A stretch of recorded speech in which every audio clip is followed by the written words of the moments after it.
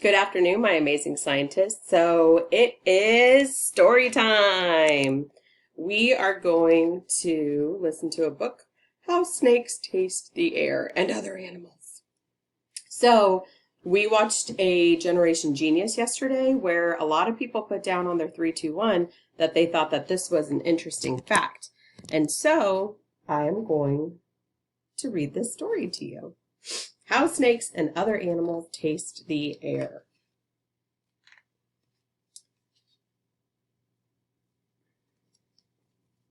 On the hunt, the snake moves silently over the ground, its body curving into an S shape as it goes. Its tongue flicks in and out of its mouth.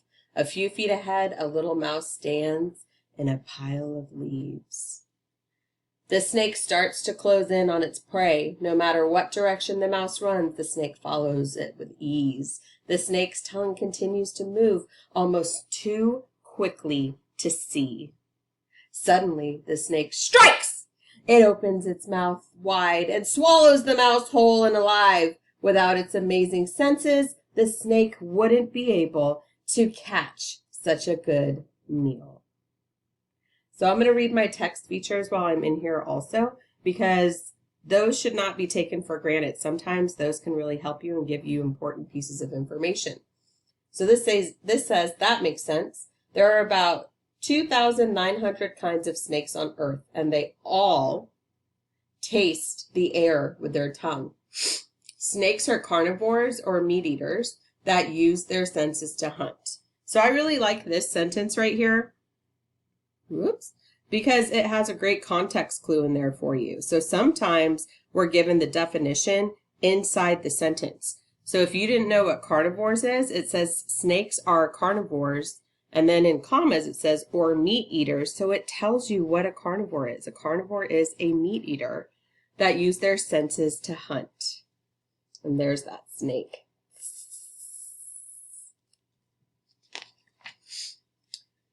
Getting the sense of things.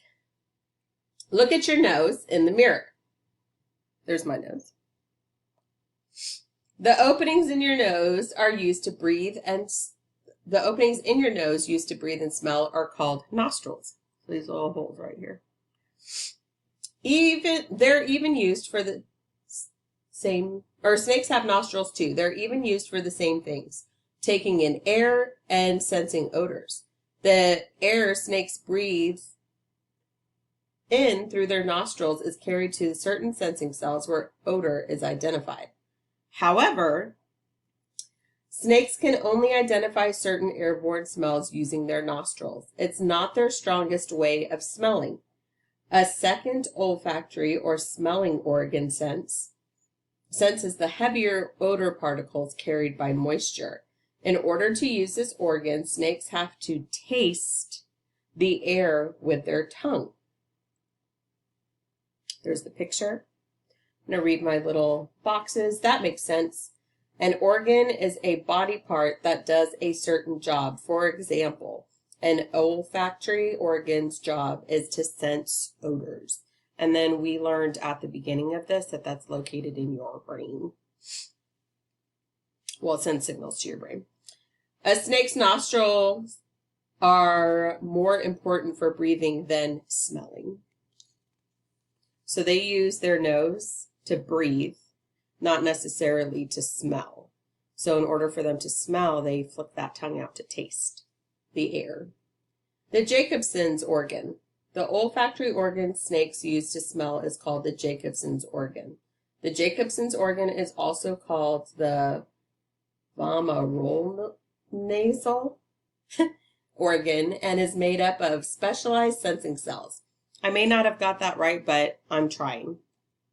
In snakes, the Jacobsons organ is found on the roof of their mouth. So, right up there, if you press your tongue to the top, we do not have one, but they do. The snake's Jacobsons organ works along with its tongue to sense the world around it.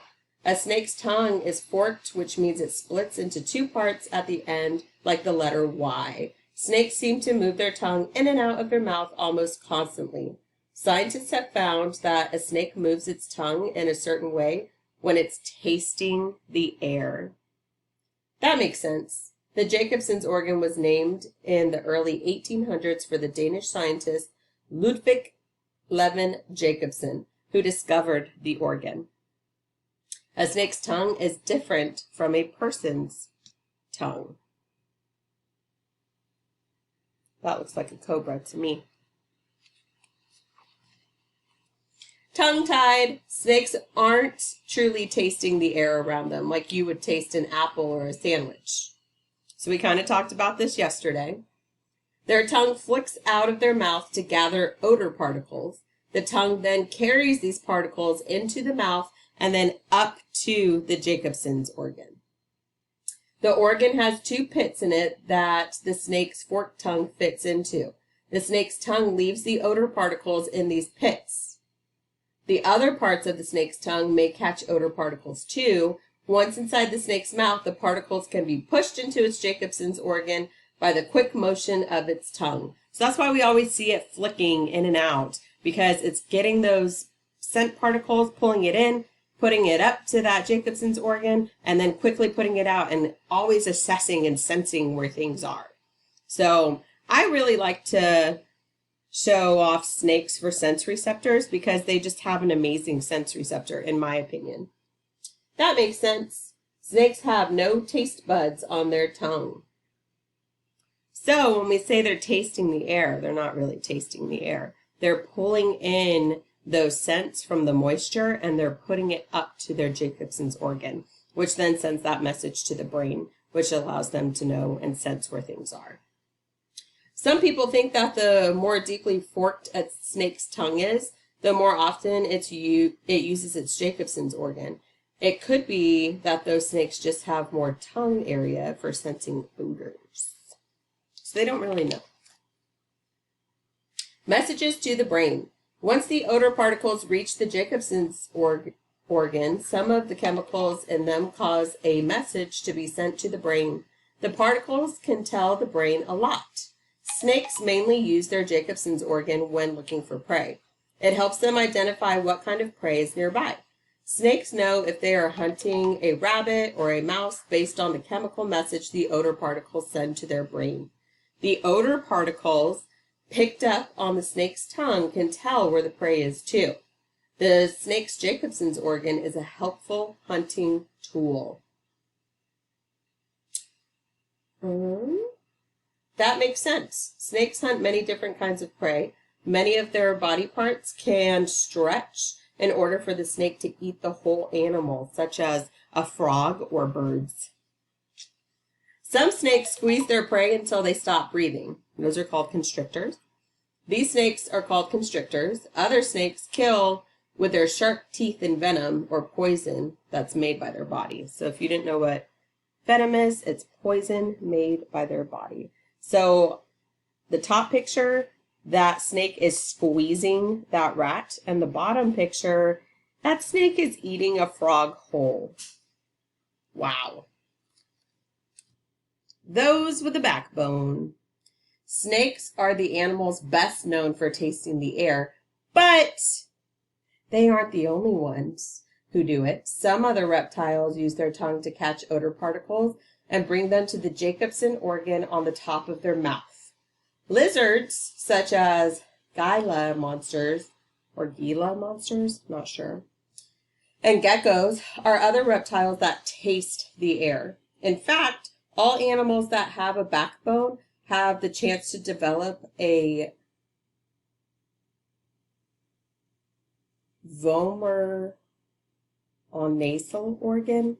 That was the word that I kind of had trouble with before, including turtles, birds, mammals, and many others. The organ often isn't fully formed, and sometimes it doesn't develop at all. So that's the Jacobsons organ. That makes sense. People who have a backbone, a vomer on nasal organ starts to develop in unborn babies, but it doesn't ever form fully in people. So we have one when we're like in our mommy's belly developing, but then it never finishes. Reptiles are cold-blooded animals covered with scales or plates that breathe air. have a backbone, and lay eggs. This gecko is a reptile that can use its tongue and Jacobson's organs to track prey. Kind of looks like a snake, but it has hands or legs and a backbone.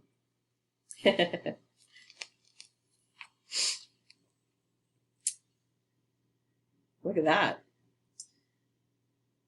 The Fleming response. Like people, many mammals don't develop a vomeronasal organ. Others, such as cats, do. The organ is used differently than a snake. Instead of using their tongues, mammals with a vomeronasal organ lift their top lip as if sneering when they take in a breath. This exposes the Jacobson's organ to the air, and then the animal can start sensing. When a mammal does this, it's called the Fleming response. Fleming response. In mammals, the Jacobson's organ is often found in the front of the mouth. It's commonly connected to the roof of the animal's mouth, which is where the snake's Jacobson's organ is located. That makes sense. Dogs are also believed to use their Jacobson's organ to add to their strong sense of smell. So that horse, when he lifts up his lip, he's actually sensing the air with his Jacobson's organ. Pretty interesting. This is an easy way for horses to see. Oh, it's easy to see in horses, as shown here. So if you look very closely, you can see him exposing that organ. So, right up here. Mammals, mates, and more. Mammals use their Jacobson's organ to bring in odor particles and gather chemical information that the organ sends to the brain. So that's what we've been learning about in science. Male mammals might expose their Jacobson's organ around a female to see if she's ready to find a mate. They might also do this when they sense a new smell. Cats use their Jacobson's organ to identify the smell of another cat that's been in the area. Scientists don't yet know all the reasons mammals use this sense organ. That's interesting. Elephants also use a vomeronasal organ to learn more about the world around them, but they don't lift their lip to do so like other animals. They use the tip of their trunk. That makes sense. When animals are ready to find a mate, they give off chemicals called pheromones, which send messages to other animals of the same species or kind. The Jacobson's organ is used to sense those pheromones. That's interesting. Lions are one mammal that use the Fleming response when finding a mate. They use it to sense the pheromones of other lions. Saving snake senses. Global climate change is the warming of Earth's average temperature. It's caused by harmful gases that are created by the burning of many kinds of fuel, including gas used in cars and trucks. Snakes and other reptiles' body temperatures depend on the air around them. If Earth warms up too much, their bodies may stop working properly. This could affect their senses, including their ability to taste the air.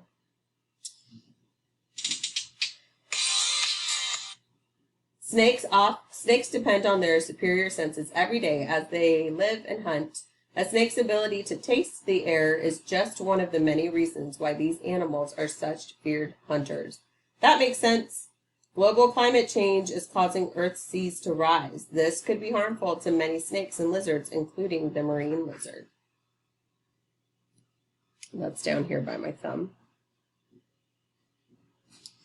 Snakes, lizards, and other animals could face many problems if the Earth's temperatures continue to rise. It's a pretty green snake. These are all the amazing snakes, and then our glossary to help us with words that we may not know. I hope you enjoyed learning about snakes and other amazing animals that taste the air.